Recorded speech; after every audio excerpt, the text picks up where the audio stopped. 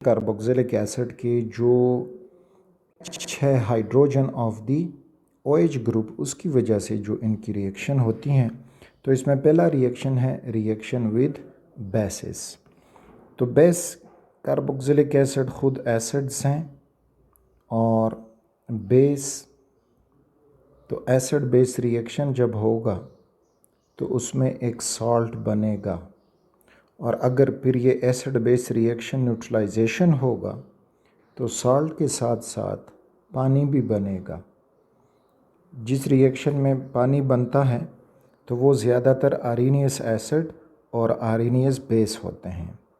तो for example अगर हम एसिटिक एसिड ले लें, that is CH3COOH reacted with aqueous solution of sodium hydroxide, तो हमें जो सॉल्ट मिलेगा सोडियम एसीटेट कहलाएगा, CH3COONA एंड वाटर।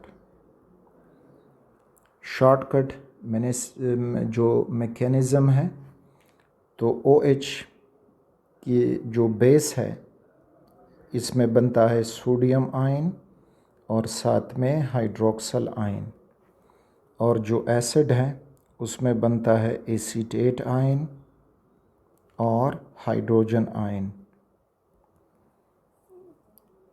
तो हाइड्रोक्सल आयन और हाइड्रोजन आयन के मिलने से वाटर बन जाएगा, और एसीटेट आयन सोडियम आयन के मिलने से वो सॉल्ट बन जाएगा। तो जो भी कार्बोक्सिलिक एसिड है वो बेस के साथ रिएक्ट करके सॉल्ट और वाटर दे जाते हैं, न्यूट्रलाइजेशन रिएक्शन करवा जाते हैं। नेक्स्ट जो इसमें है reaction with carbonates and bicarbonates.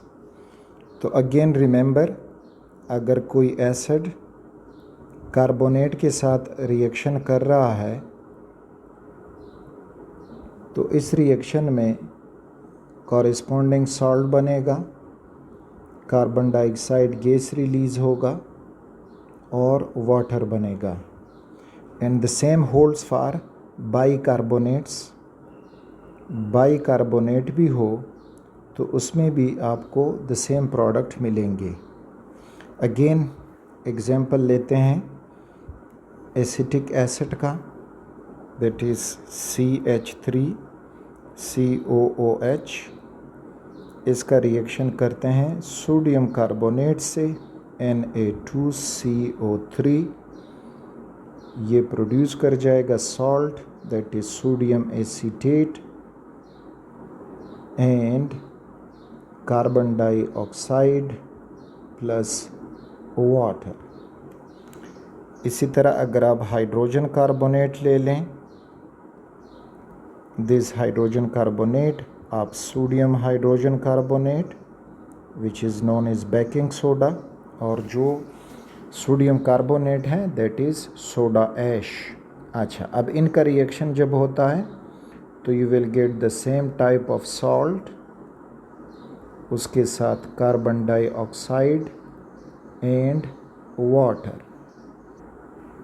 दोनों में बट डिफरेंस बैलेंसिंग का, फर्स्ट वन में यहाँ पे 2 लगेगा, यहाँ पर भी 2 हो जाएगा, बाकी प्रोडक्ट में फ़र्क आपको नहीं मिलेगा। थर्ड जो ये रिएक्शन कर सकते हैं, रिएक्शन विद मेटल्स में कोई भी एसिड हो, मेटल पे डिपेंड करेगा, reactive metal, less reactive metal. तो एसिड मेटल के साथ अगर रिएक्शन करेगा सॉल्ट बनेगा और साथ में हाइड्रोजन गैस रिलीज़ होगा। तो एसिड की ये एक प्रॉपर्टी भी है।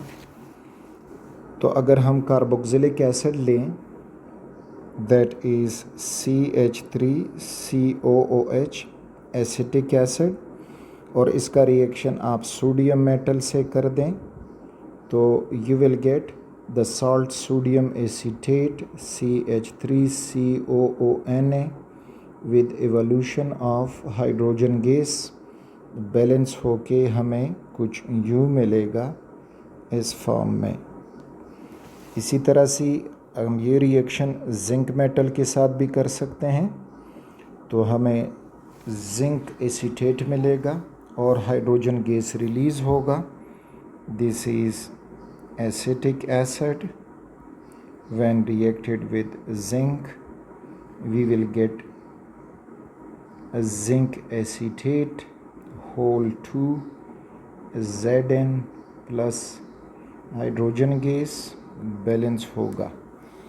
तो ये था रिएक्शन विद मेटल, जिसमें जो कार्बोक्सिलिक एसिड्स हैं उनका हाइड्रोजन इस्तेमाल हो रहा है।